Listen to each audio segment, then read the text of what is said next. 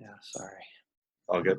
What were some of the outside influences on Slint when you were making Spiderland, whether it be other artists or film or literature? Okay. Um, for myself, I think like film was definitely a big one. Um, I was just watching Vim Vender's movie Wings of Desire with my daughter, and um, definitely uh,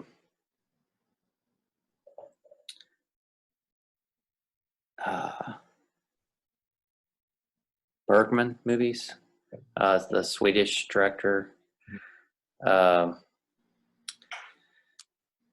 and I guess um, musically,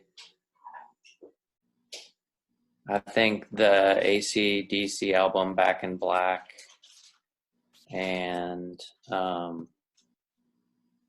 like some Madonna records that I listen to a lot, like a prayer, uh, and Neil Young records.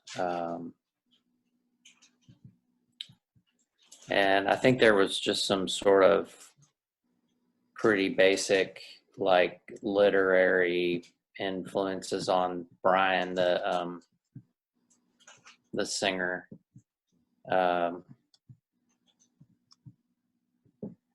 he's like talked about that elsewhere, which is basically how I've learned about it. Um, I so, was, I was going to say one of the biggest things that caught me off guard when I first listened to Spiderland was how the spoken word was implemented into the like super heavy rock and drum aspect. And as an English major, it completely caught me off guard because I never heard anything like it before, and it blew me away. oh, cool. Really, Yeah, that's neat. Uh, what are you in school now? I just graduated college. I'm working at Geico right now, and hopefully once COVID gets better down the road, hopefully pursue a career in either writing or anything related to film, honestly. Cool. Where did you go to school? SUNY Fredonia. It's about an hour away from my house. It's basically known for science and music, but I went for English and I self-designed a film analysis minor and communications minor I did. Man, that's neat. Were you pretty happy with your English studies? Yeah, I thought it was good. Classes?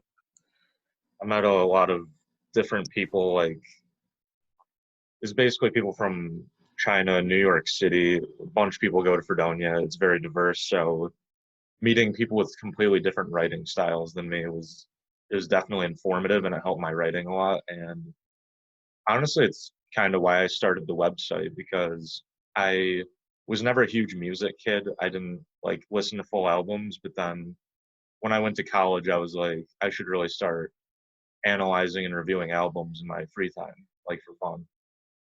Oh wow, Yeah, that's neat. That's yeah. that's a neat story. So you almost approached it as more of a I mean, would you say that you approached albums in a more conceptual way, sort of like they were um, whole structures or pieces Yeah, to I look would, at? I would definitely say that, and that's especially why I think I lean more towards like concept albums, like Yeah. Spiderland. The Mollusk by Ween is another favorite. It's just anything with an overarching theme or story. I really dig. Really dig it. Cool. Uh, So did you do like writing in particular for your degree, or was it just sort of just part English. of classes?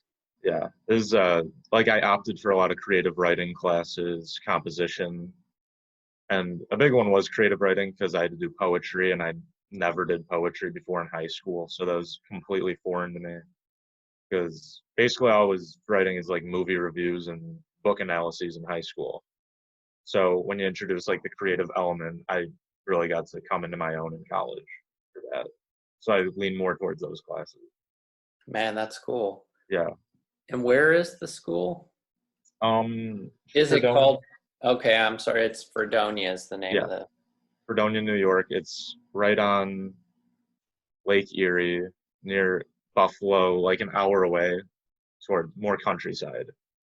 And Wow. it's incredible. It's a great school. I wouldn't change anything about it for the world. I met so many incredible people. Everything about the degree I loved. The creative freedom is what I like the most, for sure, though. Man, that's great. Yeah. Is the town that you live in like pretty big or? No, it's tiny. I have like no neighbors. We finally got internet out here in 2018, and yeah, there's nobody around. There's like a wide open field across the street. It's about it was 30 minutes from my high school, and my high school was near Buffalo's, like in the city. So it was definitely a culture shock going to my high school, and especially Fredonia, because I went to a all guys Catholic high school, and I went from that to a liberal arts college with so many different people in it. Oh, wow. Yeah, That's neat. yeah, it was great. It definitely caught me off guard at first because I'm like, oh, how am I gonna transition from religion-based learning into basically pick whatever you want? Yeah, Yeah, man, that's cool. That sounds like a good run of yeah. education. And then maybe I'll pursue my master's degree once it's all the COVID stuff. I don't want to risk it yet. Yeah, that makes sense. Yeah, just wind down a little bit, save some money. That's cool. Yeah, that makes sense. I would think a lot of people would do that Mm. for master's Yeah, work. I hope so because I don't want it to go up and then wait longer to go back to school. So, Yeah, yeah. um, I had an interesting question. What is your biggest music guilty pleasure? Um,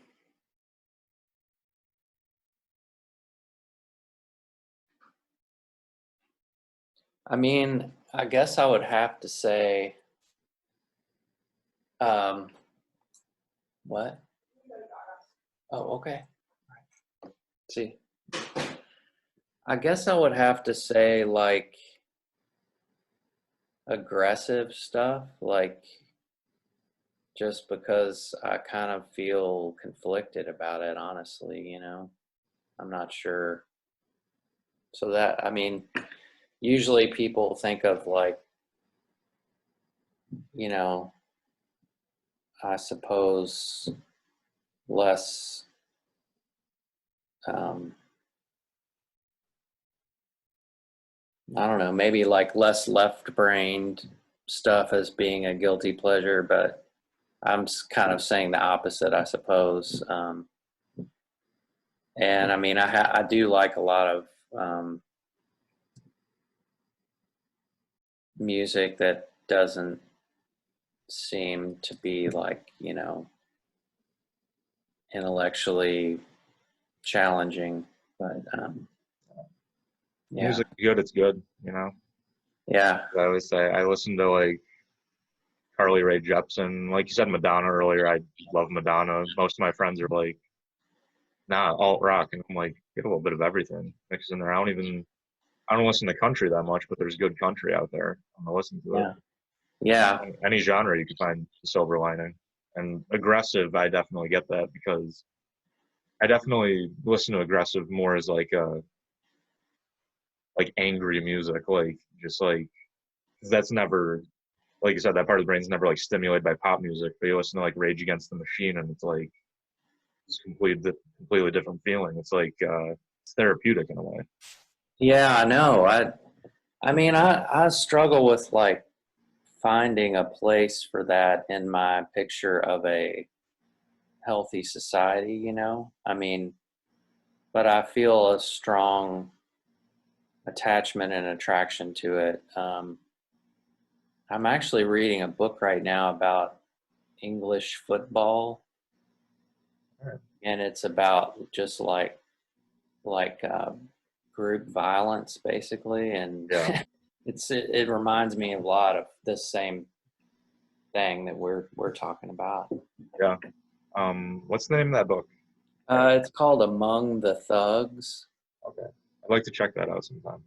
Yeah, it's really good. That I got turned on to the writer in a magazine. I read like a article he wrote.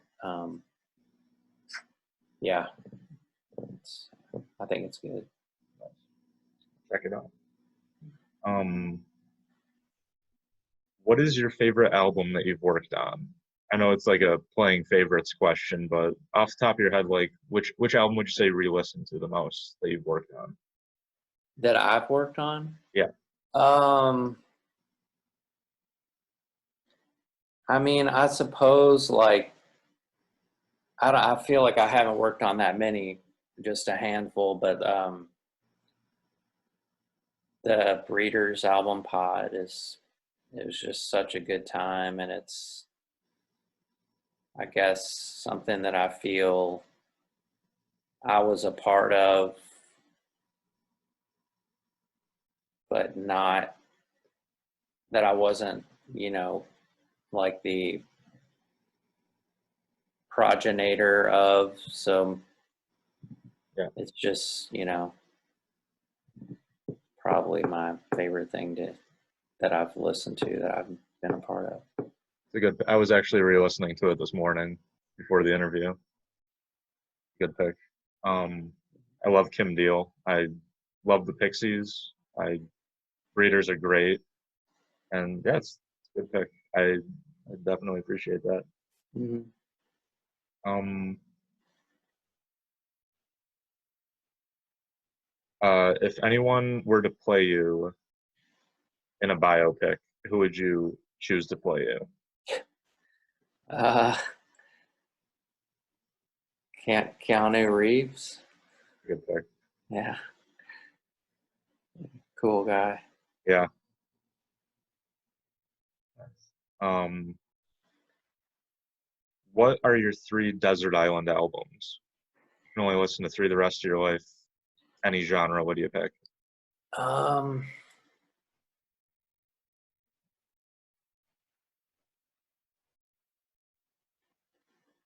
hmm. Well, um, maybe After the Gold Rush by Neil Young. Um, maybe something like, I have a Supremes record, and maybe it's a greatest hits record. And maybe Booker T and the MGs. Nice. Good picks. Yeah. Um, how surreal is it to you that Spiderland inspired so many in rock music so many years after its release, including widespread critical acclaim and actually a 99 score on Metacritic, being one of the highest reviewed albums ever on the website? Wow. What was the first thing you said before that? Before Uh, Metacritic? how surreal is it to you that it inspired so many in rock music today? Like, did you have any idea while you were making the record, like, people are going to listen to this for the next few decades, inspiring a whole genre of math rock musicians? No, no, not at all. Like, just purely just like being into what it was, but not thinking in any context. Like, just that's it. That was something that caught me off guard when I first listened to the album. I watched Breadcrumb Trail and found out that you guys were so young when you made that album, and it caught me off guard because I'm like, I assumed listening to, I'm like, these are seasoned musicians and this is like a swan song record. But then I looked into it more and I'm like, it's the second album. You guys were like late teens, early 20s when you were recording it, and it caught me off guard so much. Wow, that's pretty neat. um, yeah. And were you asking?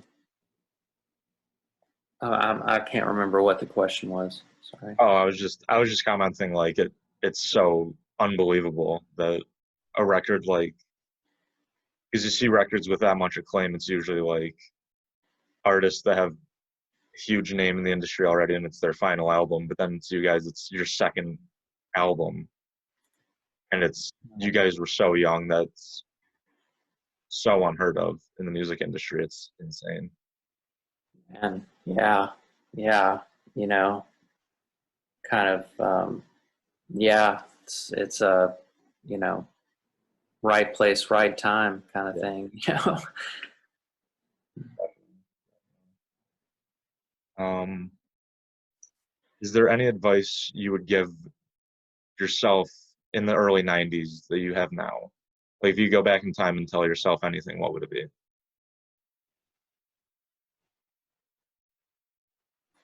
Um, somebody just answered this as a, you know, Facebook game or question somebody posted, and I just said, calm down. I think that would be, you know, I was just been pretty nervous and maybe reacting on perceptions and, you know, and not questioning those perceptions, and then maybe also just getting overly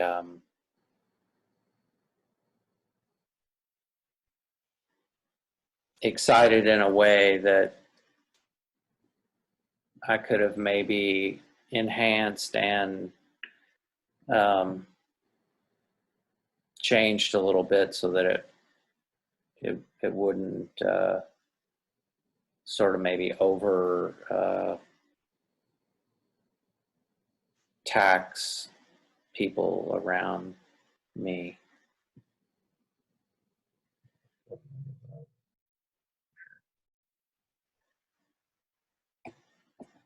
Mm. What is the craziest thing that's ever happened to you during a live performance? If anything out of the ordinary has happened. Uh,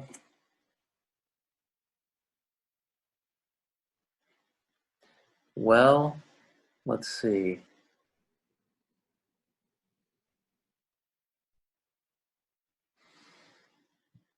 I'm trying to think. I mean, yeah, the only thing that comes to mind is I played in a blues band and a guy just like punched me because he was, I don't know, he was, what was happening with him, but he just sort of like tapped me on the shoulder and then just slugged me. Uh, um, that's what comes to mind. Yeah. And another time at that same club, a guy who I was friends with just leaned over my drum set and stuck his phone in my face, kind of Yeah. uh, to I think maybe he was talking to another friend of ours and was like, "I'm here with Britt. Like, check it out." Like he was really like amped up on alcohol probably, and he Yeah. was a wild guy. So it was really funny, and it was totally great that happened. Yeah. Well, it's good it wasn't a random guy that did that while you were playing the drums. Yeah, Yeah. yeah, that'd be funny too. Yeah. But Would you ever consider doing composition for film? yeah, I would like that. I just have trouble getting motivated. Um, I don't know, like I just don't. maybe I feel like I'm alone a lot. And I don't have a lot of interaction with people, or maybe as much as I would want. So if I if I had that, then I don't know. Even then, even under the best of circumstances, I don't seem given to solo composition, even much less solo like recording. Like I just don't. I'm not. Um, I just am not interested in it. It's very hard for me to sort of learn, and it could be a cool like hump to get over. And I am in the market for that. I haven't been able to make much progress with the recording. It's funny. I don't know why. I don't know what it is. If it's like an age thing where like I can't Google like how to do it. That's just like no one does that. I don't know. There's nothing on the internet about it. So um, yeah, not super inclined toward it, I suppose. I get you. I totally get you. What is your biggest personal accomplishment in your career so far? What are you proud of achieving the most?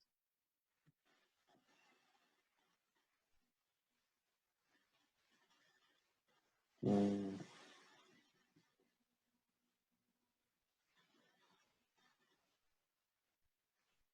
Um,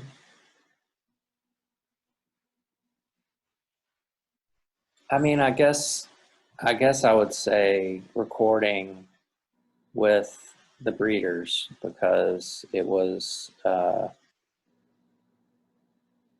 something that I like it wasn't my initial creation, so it was something that I sort of was um, playing to, and you know, considering uh, as opposed to just directly expressing my own, you know, ideas. Even though that was part of it too, it's kind of both. Do you keep in contact with anybody from the breeders? Kim and Deal, anybody else? Um, well, I had, and it was great reconnecting with her in the past few years. But I don't know what has happened with that. That I haven't heard from her, and Mm. it seems just kind of strange. It's upsetting, but yeah, you know, I like all those people a lot. You know. Uh, um, have you ever had a personal yearning to somehow get Slint back together to make a follow-up album? Because you guys reunited in 2014 for performances. Did it ever come up that you wanted to do a follow-up album? Yes, I think so, and I've felt that way always, personally for sure. After the reunion stuff, I mean, it didn't seem like it was a good, you know, match or something. So I think we all um, sort of, you know, unanimously or don't really want to do that or think that, you know, that would be good. But I mean, part of me definitely still does. I get that. Um,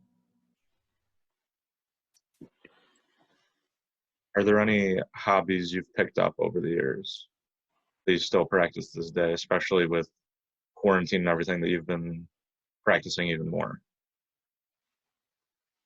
Um, Not really. Um, I mean, I don't have. I'm not like hobby oriented. I suppose I don't have many things like that. I do um, like running a little bit and being outside. That feels almost like a hobby. Um, and I like Formula One racing, although I don't keep up with it. Like I don't, you know, follow through with it, I suppose. And there's one other thing.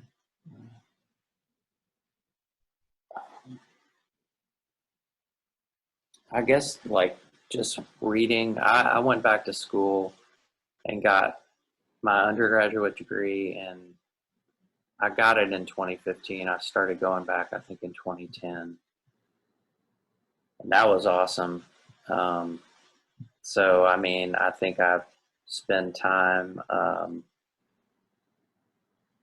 reading and thinking about things. Are there any particular books you revisit more often than others? I haven't revisited many, although during the quarantine I tried. I did reread All the King's Men. It's a book by Robert Penn Warren, and that was good. I always liked that book a lot. And I really loved Don Quixote. Yeah.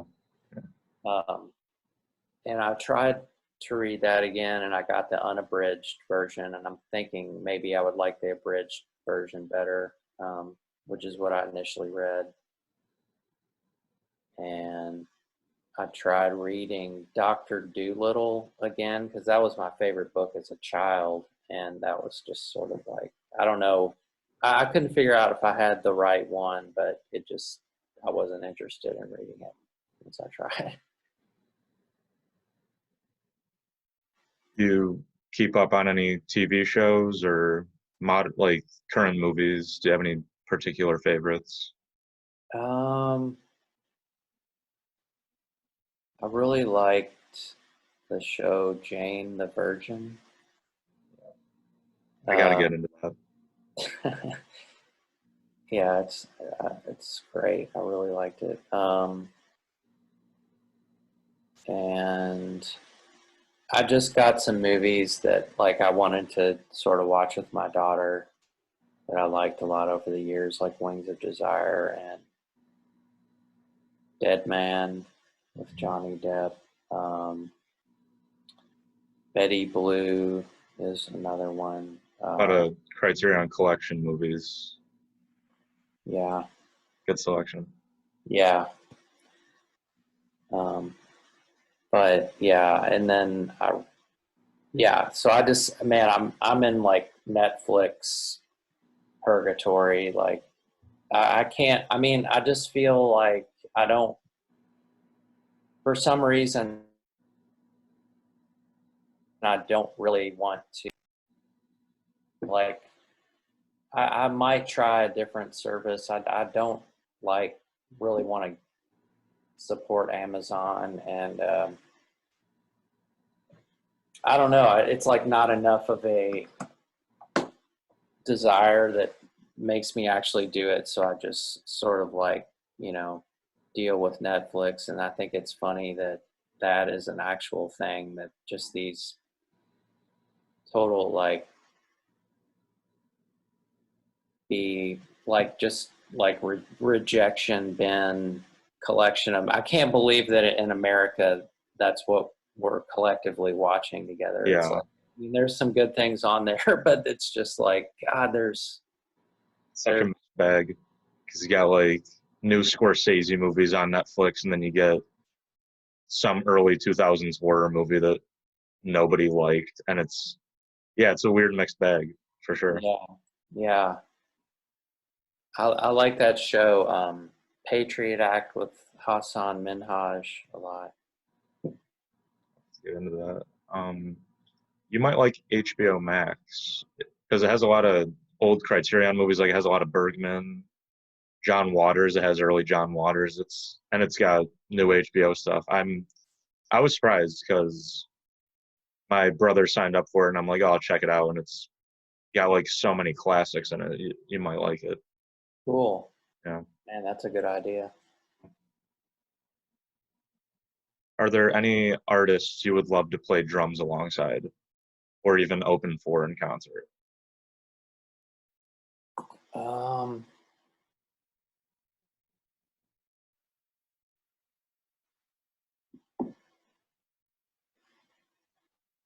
I recently started playing with a guy that I used to play with in a band called Evergreen, and that's been exciting. And the other person we're playing with is really great too. His name is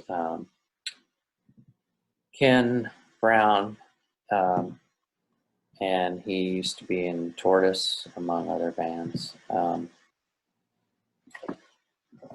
So I'd love to play shows with Shellac because they're one of my favorite live bands. And People, I love the People, so I would love to play like with them more. I think, well, I played a festival with them, which is, but yeah. And man, I'm sure there's lots of others. It's kind of hard to think. Like, there's definitely people in town who, like, sometimes I'll just think, like that I overlook, that there must be people I overlook because sometimes people will die, and then I'm like, gosh, man, that would have been so cool to play with them. Um,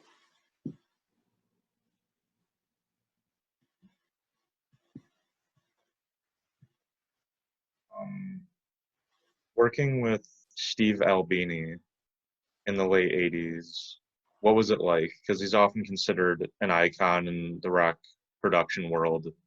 Has anything set him apart from other producers you've worked with over the years, or is he just like um, a very down to earth guy and just everything clicks? he is very down to earth, and like he isn't trying to sort of he just focuses on like the band's wishes, and not sort of becoming a leader of that, of what happens. But so yeah, there's definitely that. He does also have strong opinions, I always felt, though, especially about the way to record something, the way to mic something, the way to process something in the control room, that kind of thing, to where he almost does have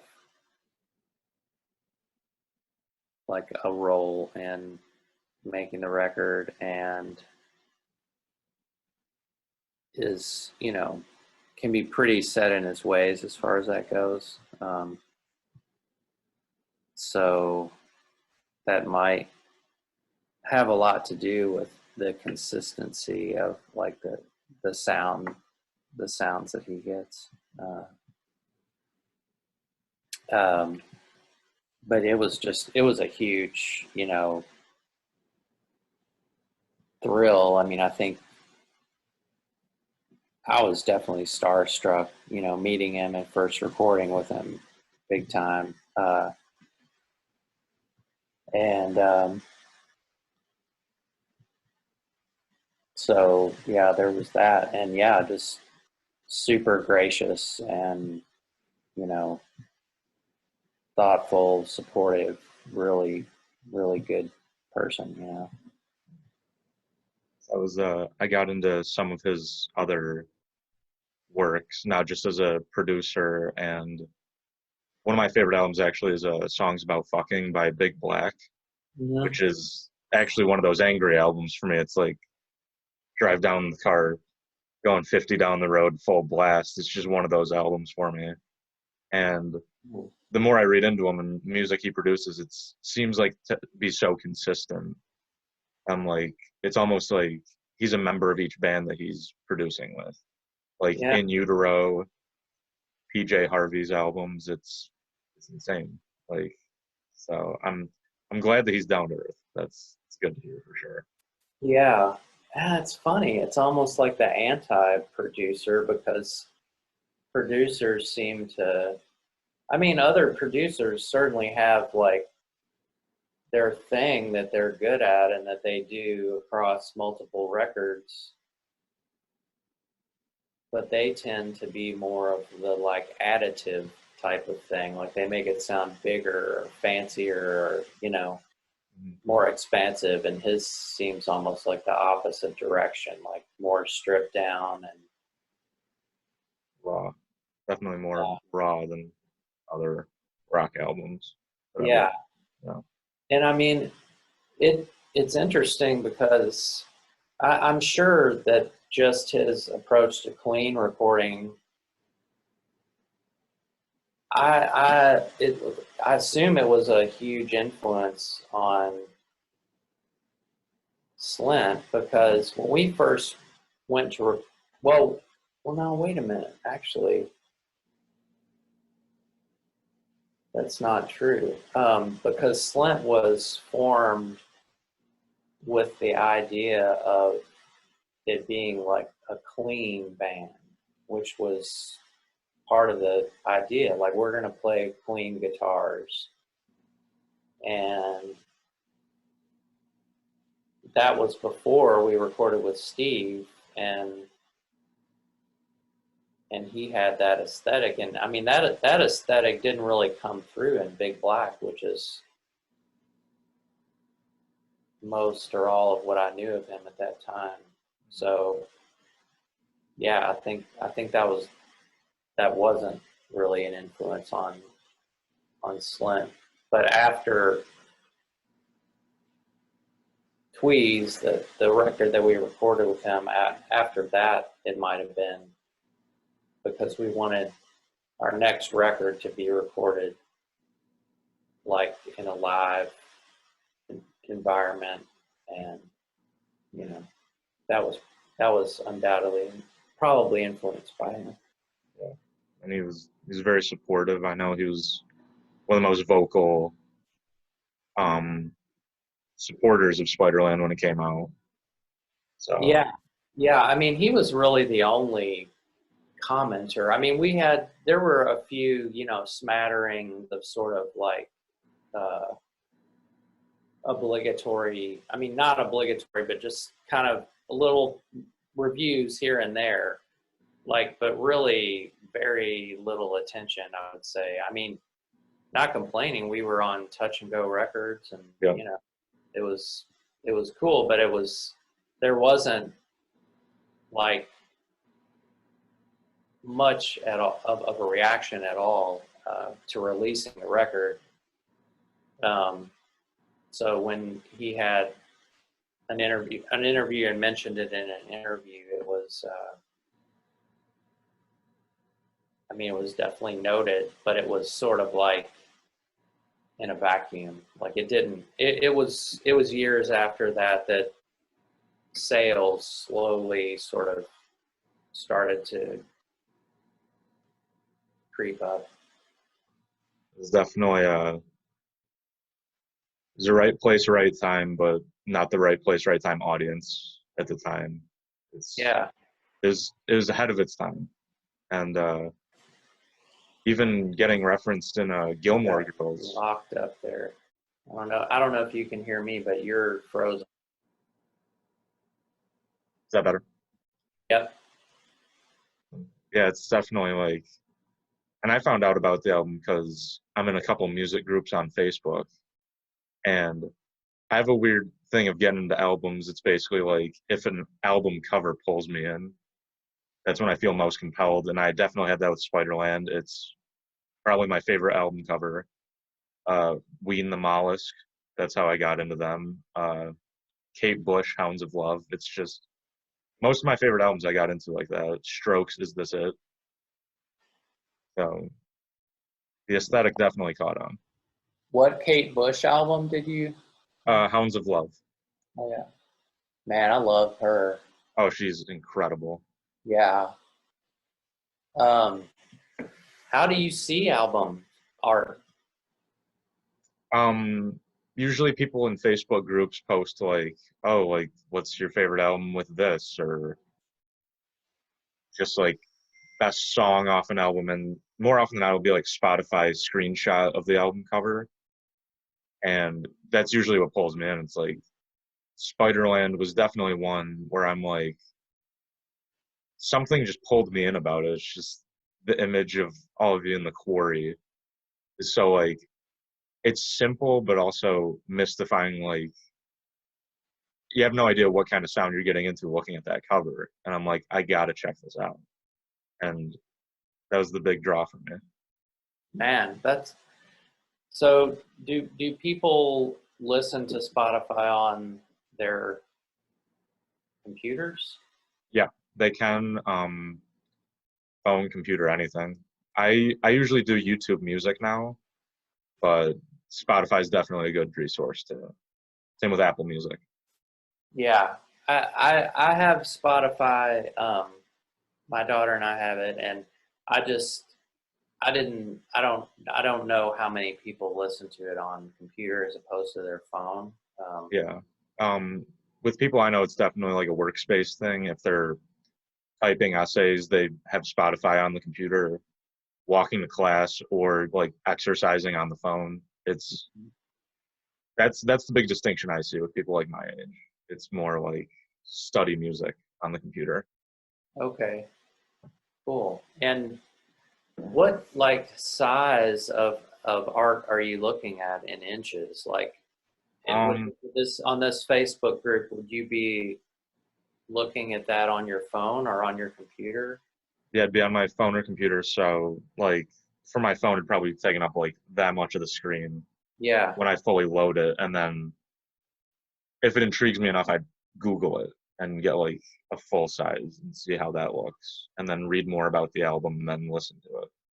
Well, that's neat. I mean, I'm glad that you can sort of, or that people can engage with the artwork of albums Yeah.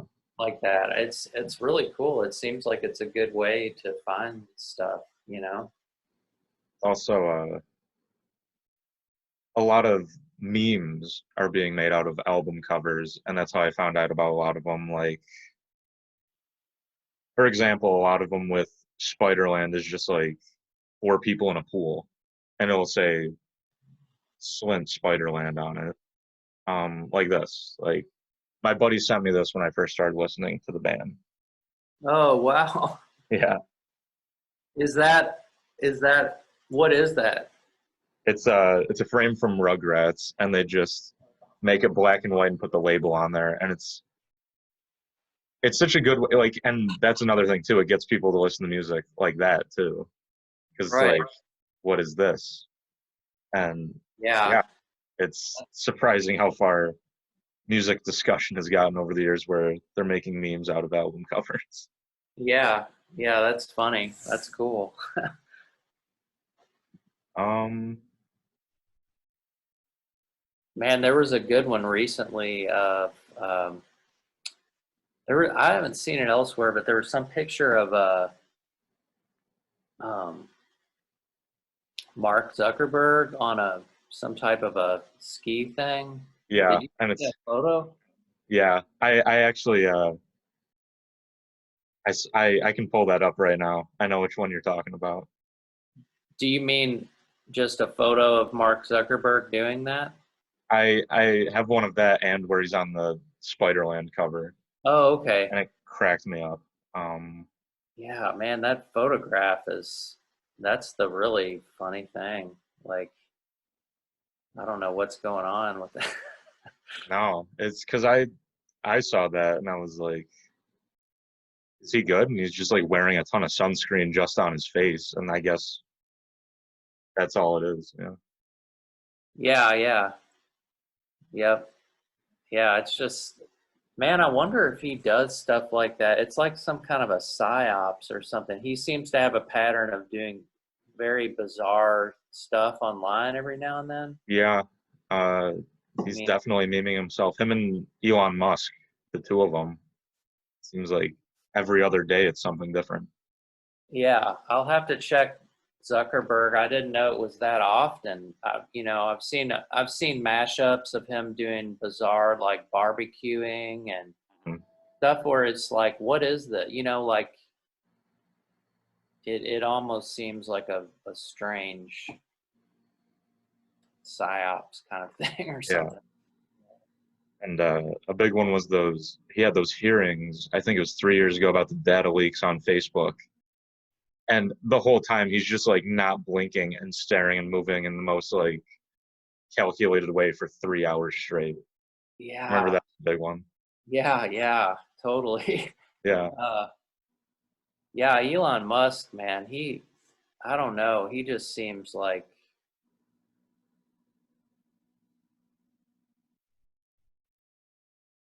I don't know, like I guess it's kind of like okay to be like such a game player, Mhm. just kind of toying with people. Yeah. He's like a real life Bond villain. It's just everything he says and does. And then he was selling flamethrowers, I remember 4 years ago, and I'm like, you're selling flamethrowers on your website. He's he's an interesting character for sure. Hmm. Keeps you Yeah, on your toes, which for entertainment factor, it's definitely interesting. yeah, yeah. I mean, it's kind of like the the things he plays around with are pretty hardcore. Like I don't know if there is if there is irony in sending a car to space, then it's not. It's pretty harsh. Like Yeah. people are starving. I mean, just to pick one thing. Fraction of anything he makes in a day could go towards like Flint, Michigan, for example. It's Yeah, weird. And they released that cyber truck. I don't know if you remember that. The big car looks like a kid drew it. And it's bulletproof glass. And then on stage they throw a rock at it and it breaks the window on the first try. It's like I don't know if he does it just for the attention. Like he knows, oh, it's gonna break, but it's gonna get memed and people are gonna buy it because it's getting memed type thing. yeah, yeah. You're right. It is a similar like weird Yeah. deal. It's like no publicity is bad publicity with him. It's like if my name's in the headlines, I'm making money type thing. Right. Odd. And then even his girlfriend is arguing with him on Twitter lately. So it's like even she's weirded out by him. I know. That's such a weird combo. I mean, people can date across all sorts of ideological positions, but it is pretty strange. When it's that far off and naming their kid XAE 12 4 or whatever, I was like, you know what you're doing. Just say the name. You know he's Hmm. doing it just to be in the headlines. Hmm. Yeah. It's so weird. Well, I think I'm out of questions. I'm down to still. If you have any questions for me, I'm open. Yeah. Hold on one second. Sure.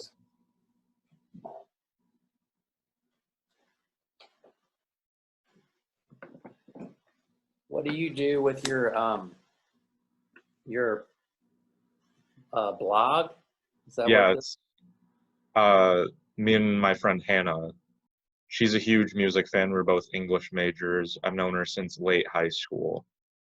And as a way for us to write in our free time, because she graduated before me, and to get into new music that we wouldn't listen to, I came up with an idea for a website where we pick a theme. One person picks an album, the other person picks another album, and we both review both of them.